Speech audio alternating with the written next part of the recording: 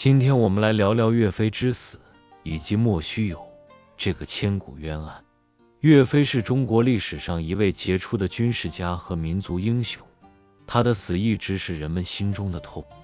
莫须有这4个字也成为岳飞冤案的代名词，流传至今。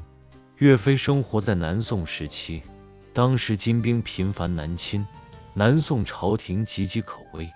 岳飞怀着满腔热血投身抗金事业，他带领的岳家军以纪律严明、战斗力强而闻名。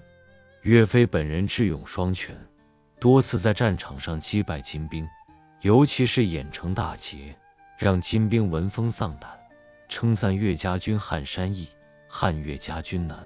然而岳飞的辉煌战绩却引来了南宋朝廷内部投降派的嫉妒和恐慌。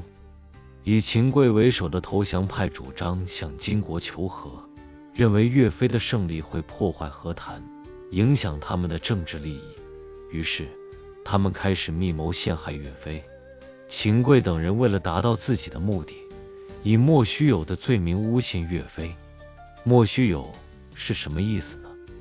它其实是秦桧在审讯岳飞时说的一句话，莫须有就是也许有的意思，是一种毫无实质证据的猜测。但就是凭借这个模糊不清的罪名，秦桧不断向宋高宗进谗言，说岳飞有谋反之心。宋高宗赵构当时为了巩固自己的统治，选择了妥协和谈的政策，害怕岳飞的抗金行动会激怒金国，影响和谈。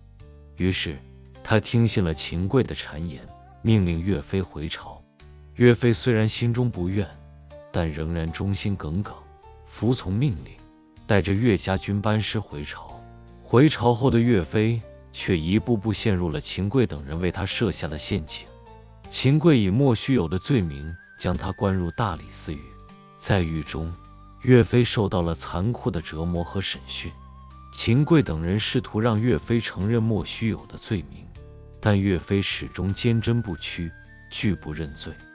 岳飞在审讯中表现出了极大的勇气和忠诚，他宁愿死，也不愿意屈服于这种无耻的陷害。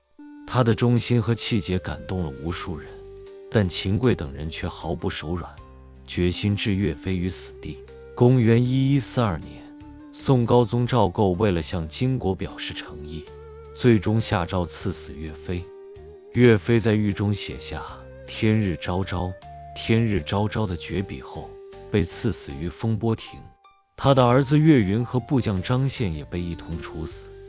岳飞死时年仅39岁，他的死是南宋的一大悲剧，也是中华民族的一大损失。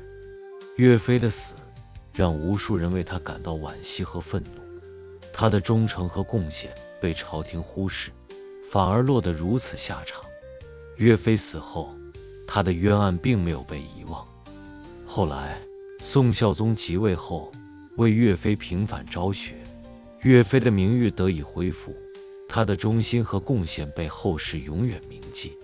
今天岳飞的墓地和祠堂仍然受到人们的敬仰和拜谒，他的故事和精神成为了中华民族的宝贵财富。他的忠诚、勇敢和爱国精神激励着一代又一代的人。岳飞的死虽然悲剧，但他的精神却永远活在我们心中。他的故事告诉我们，无论在什么情况下，都要坚守自己的信念，为了国家和民族的利益，不惜牺牲自己的生命。如果你喜欢今天的内容，除了点赞、关注和分享，也可以请我喝杯咖啡哦。你的支持是我最大的动力。感谢大家的观看，我们下期再见。